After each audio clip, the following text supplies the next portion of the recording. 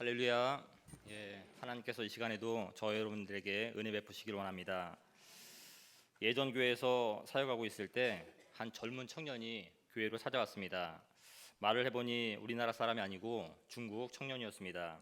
사연을 들어보니까 중국 북경대학 학생이었는데 한국에 가면 큰 돈을 벌 수 있다는 그런 소문을 듣고 브로커에게 큰 돈을 주고 한국에 왔다는 것입니다. 근데 막상 와 보니 악도 업주를 만나서 6개월 동안 일을 했는데 지금 돈을 한 푼 받지 못하고 엎친 데 덮친 격으로 제게 손을 보여주는데 손가락까지 일하다가 절단됐다고 저한테 손을 보여줬습니다. 이제 그래 어떻게 할 거냐, 어떻게 할 계획이냐라고 물어보니까 차비만 있으면 서울에 가서 대사관에 가가지고 방법을 좀 찾아봐서 고향으로 당장 돌아가고 싶다라는 그런 말을 전했습니다. 그 교회에는 평일에도 이런저런 이유를 대면서 도와달라는 사람들이 굉장히 많았습니다. 그런데 이 청년은 좀 달랐습니다. 아무리 힘들어도 청년이 도와달라고 온 사람은 이 청년밖에 없었습니다. 그리고 그 이후에도 청년이 또 온 적은 한 번도 없었습니다. 또 그 청년하고 같이 이야기를 할 때 그 청년의 눈동자가 거짓이 안 보였습니다. 그리고 설사 그 아이에게 속는다 하더라도 그 아이만큼은 도와주고 싶은 마음이 그때 당시에 있었습니다. 별 도움은 안 되었겠지만 가지고 있던 3만 원을 주면서 좋은 사람 만나서 고향에 꼭 갔으면 좋겠다라고 돌려보냈습니다. 그 아이를 만난 후에 외국인에 대해서 생각을 좀 깊이 했습니다. 타국에 가서 혼자 산다는 것, 또 일하러, 그것도 더군다나 일하러 가서 산다는 것이 참 쉽지가 않겠구나라는 생각을 좀 깊이 했습니다. 외로움, 또 서러움, 속았다는 분노심, 또 잘못 선택했다는 그런 후회감, 그런 것들이 그 청년 안에 가득한 것을 보았습니다. 오늘 본문에 나오는 며느리 룻도 어떻게 보면 외국인 노동자의 입장인 것입니다. 이 며느리 룻은 모압이라는 이방 나라 여인이었습니다. 시아버지가 죽고 남편도 죽었습니다. 이제 시어머니 홀로 남았는데 그 시어머니는 며느리 룻을 붙잡고 싶은 마음이 전혀 없습니다. 며느리가 아직 어리고 한창 때이기 때문에 앞길이 구말리 같은 그 며느리한테 친정으로 돌아가라, 이제 새로운 삶을 꾸려라라고 권면하는 그런 시어머니였습니다.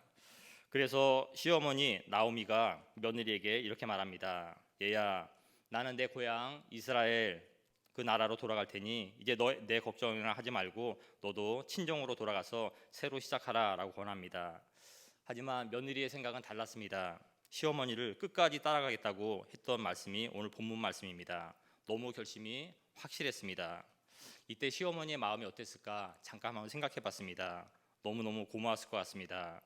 마음으로는 그런 며느리의 그런 대답이 너무너무 고마웠고 또 한편으로는 너무 미안하고 안쓰러웠을 것 같습니다.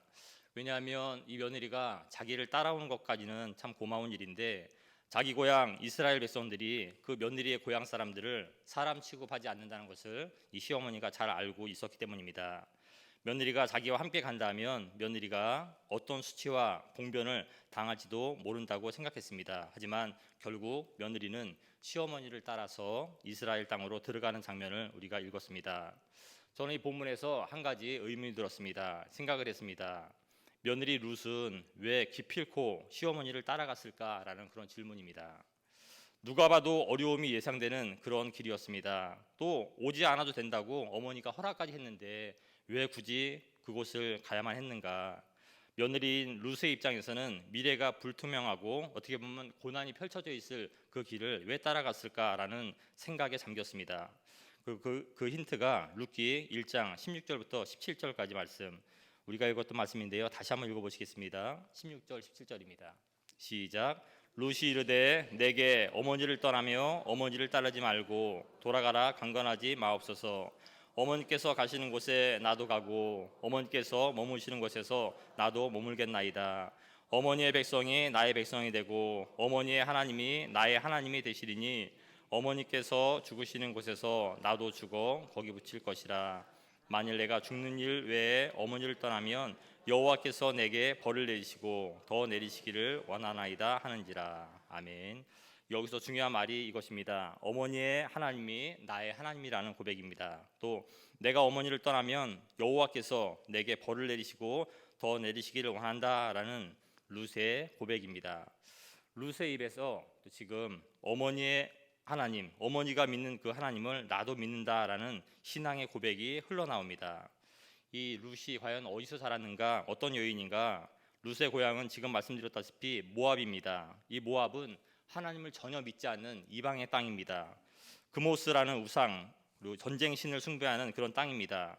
이 그모스라는 우상을 섬기는 이 모압 땅이 얼마나 잔인한 종교였는지 제사 때 사람, 자기 자식을 죽여서 제물로 드리는 그런 일도 서슴없이 하는 것이 이 모압이 섬기는 우상이었습니다.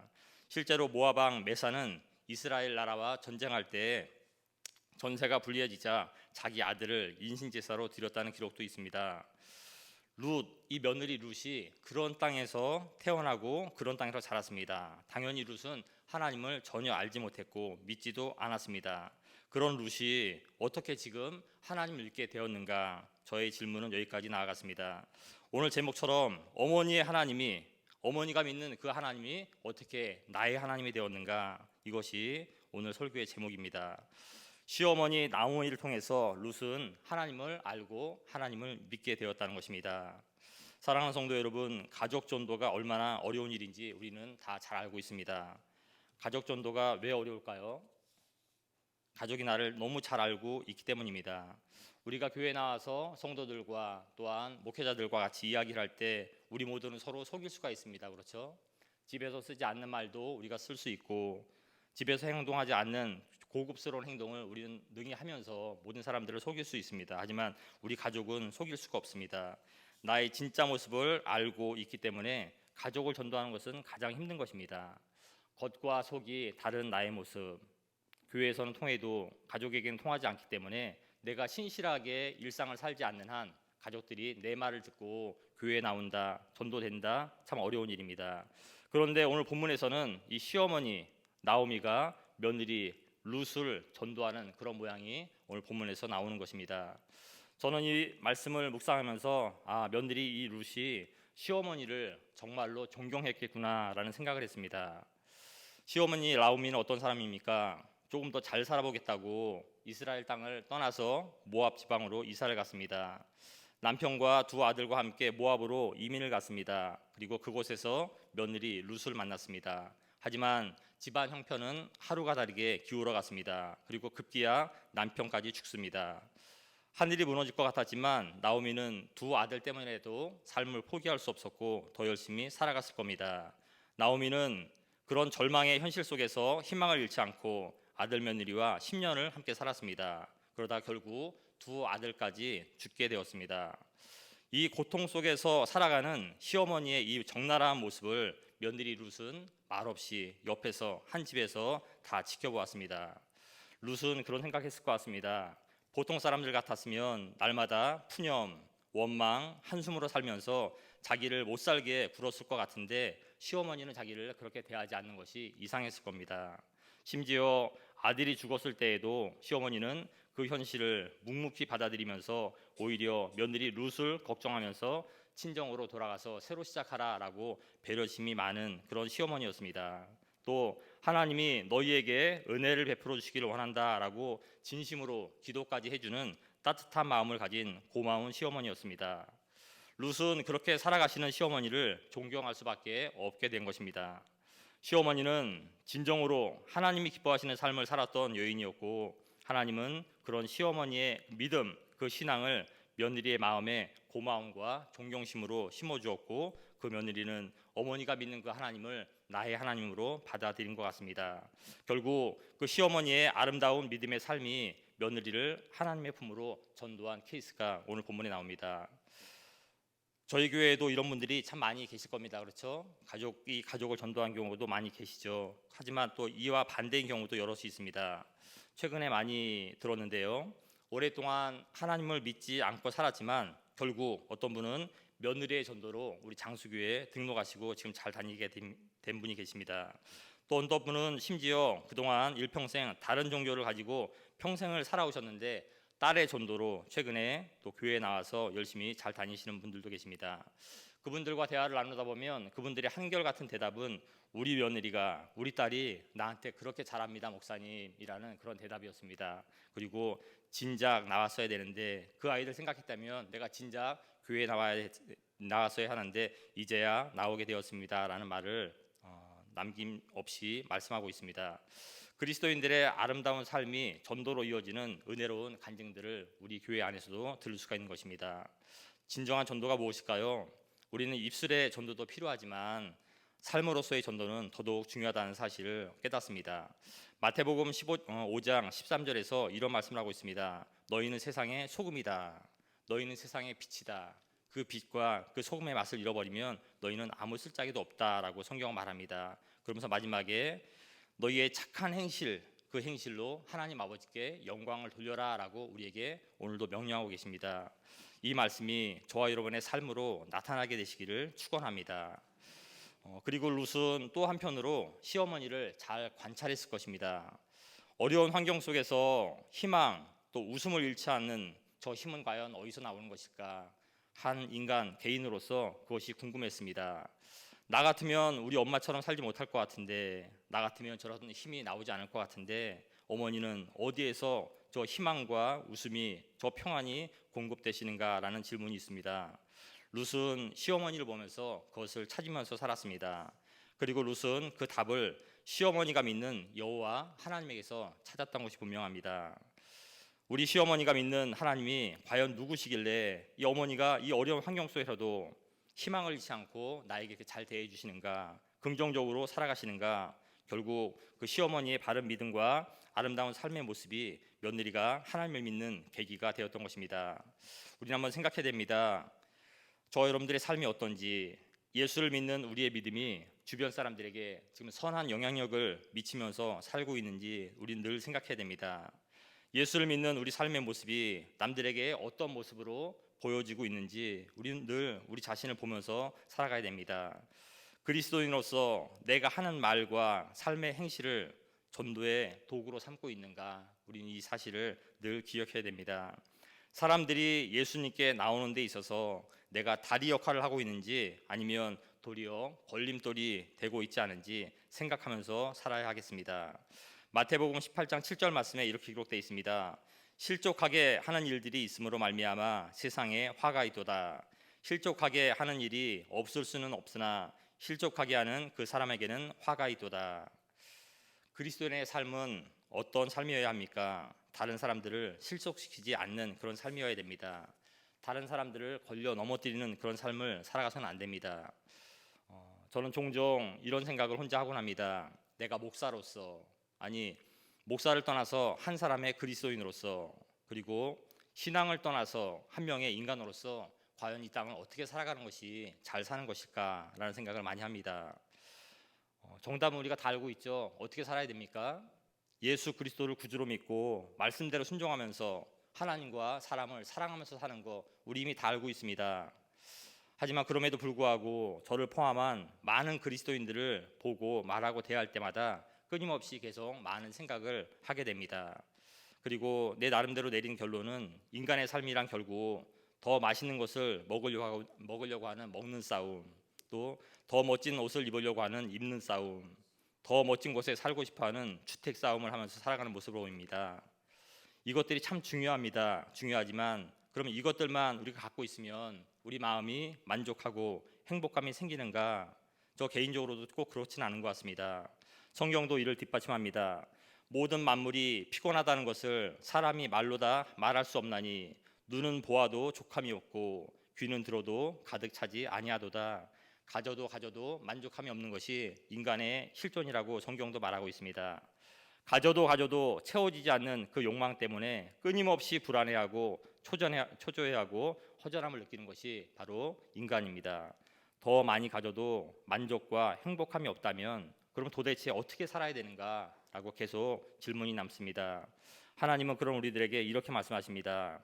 하나님의 나라는 먹는 것과 마시는 것이 아니요 오직 의와 평강과 희락이라. 아멘.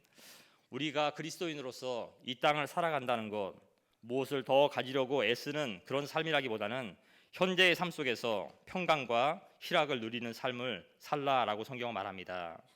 의, 평강, 희락, 우리의 삶에서 이런 모습을 보이면서 우리가 살아갈 때 세상 사람들은 비로소 우리를 보면서 우리가 믿는 하나님에 대해서 궁금해지는 것입니다. 본문의 며느리 룻도 마찬가지입니다. 시어머니가 그 고통 속에서 살아가면서도 평안과 기쁨과 희망을 잃지 않은 그 모습을 보았기 때문에 그가 하나님에 대해서 궁금해지고 결국 하나님을 믿는 여인으로 변화된 것입니다. 그런데 이와는 반대로 살아가시는 그리스도인들도 굉장히 많이 있습니다. 교회는 참 열심히 다니시고 기도도 참 많이 하시고 봉사도 많이 하시는데 얼굴은 늘 심각한 표정으로 살아가십니다. 늘 그늘진 얼굴, 늘 인상 쓰는 얼굴로 살아가는 그리스도인들이 저를 포함해서 참 많이 있습니다. 늘 한숨, 늘 투정, 늘 불안 가운데 살고 하나님이 우리에게 임해 주신 평강, 희락의 삶을 누리지 못하는 그런 그리스도인들이 참 많은 것 같습니다.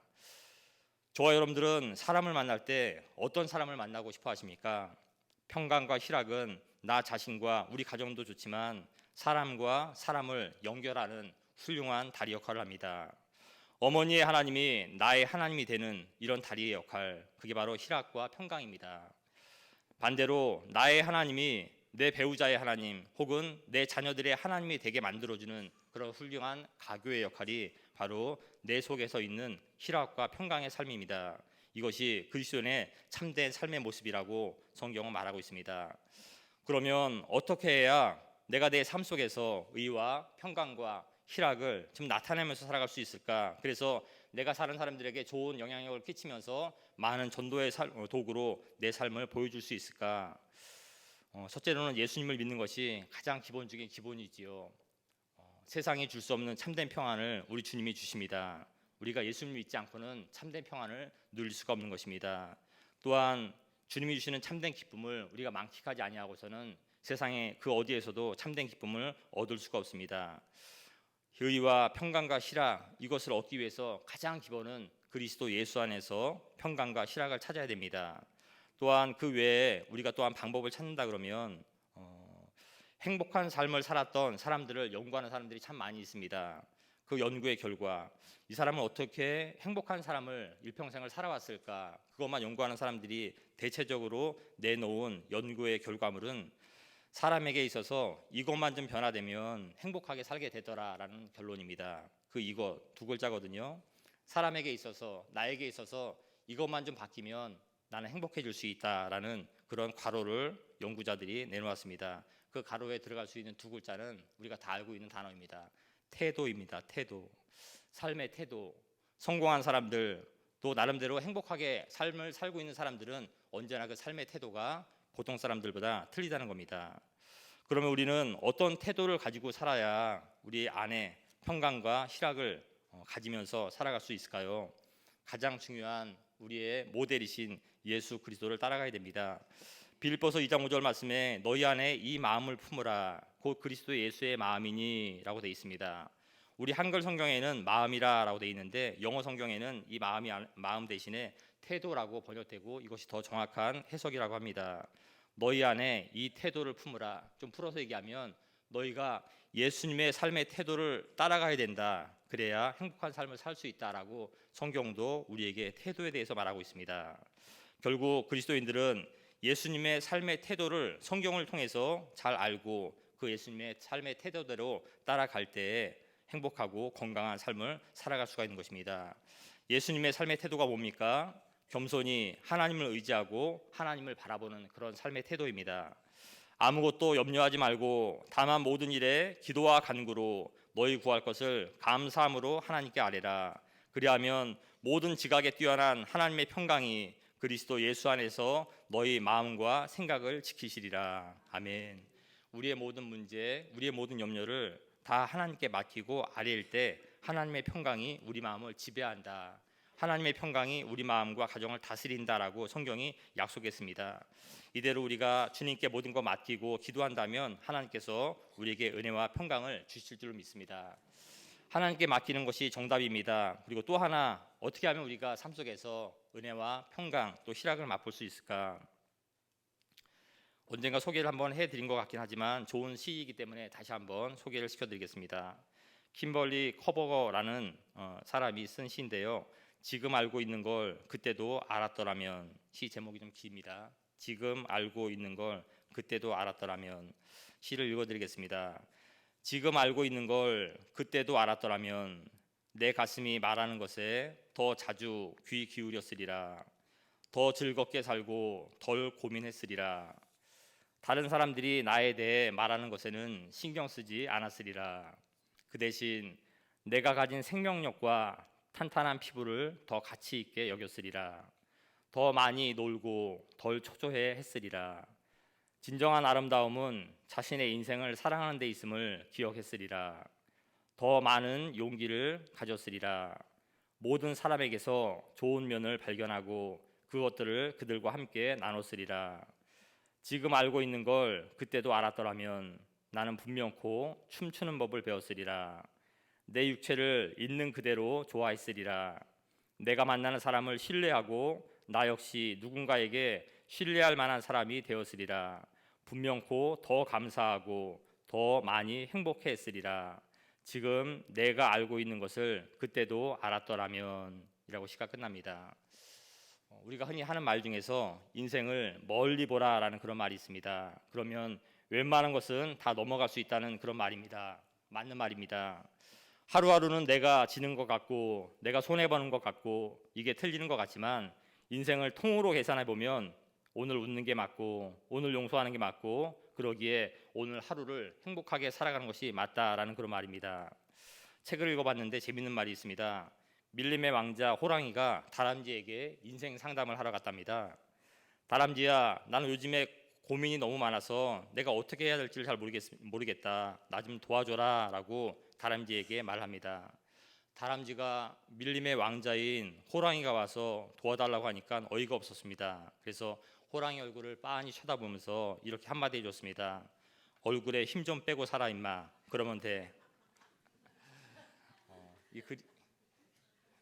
너무 심각하게 살아가지 말라라고 다람쥐가 얘기한 거죠. 일본에서 세금을 가장 많이 낸답니다. 가장 많이 내는 사람 중에 한 명이라고 합니다. 사이토 히토리라는 사람인데 이 글을 봤는지 이 글 밑에 이런 글도 써 있습니다. 힘주는 거 있죠. 힘줘서 나오는 것은 죄송합니다. 똥밖에 없다 이렇게 써 있습니다. 얼굴에 힘을 주고 또 여러 가지 근육에 힘이 들어가는 것은 삶이 유연하지 못하는 경직돼 있다는 그런 뜻입니다. 얼굴에 힘이 들어가 있다는 것은 우리 생각에도 힘이 들어가 있다는 것이고 그만큼 내 생각이 강하면 내 생각을 하나님 생각만큼 높이고 내려놓지 못하는 겁니다. 내 생각 속에 내가 얽매일 때가 참 많이 있습니다. 저도 마찬가지입니다. 내가 자유로워지기 위해서는 내 생각을 하나님 밑에 내려놓고 하나님의 평강, 하나님의 희락을 그대로 받아들이는 그런 노력이 필요한 것 같습니다. 이 한 주간도 하나님께서 우리에게 모든 염려를 다 맡기라고 말씀하고 있습니다. 우리의 모든 염려 다 주님께 맡기고 내 가정, 내 자녀, 배우자, 직장, 기업 그 모든 염려 다 하나님께 맡기고 하나님께 기도하고 또한 우리 육신적으로는 늘 여유와 웃음과 희망을 잃지 않는 저와 여러분들 그리하여 하나님 우리 모두에게 은혜와 평강으로 충만하게 채워주시는 그런 한 주간 되시기를 우리 주님의 이름으로 축복합니다. 기도하겠습니다.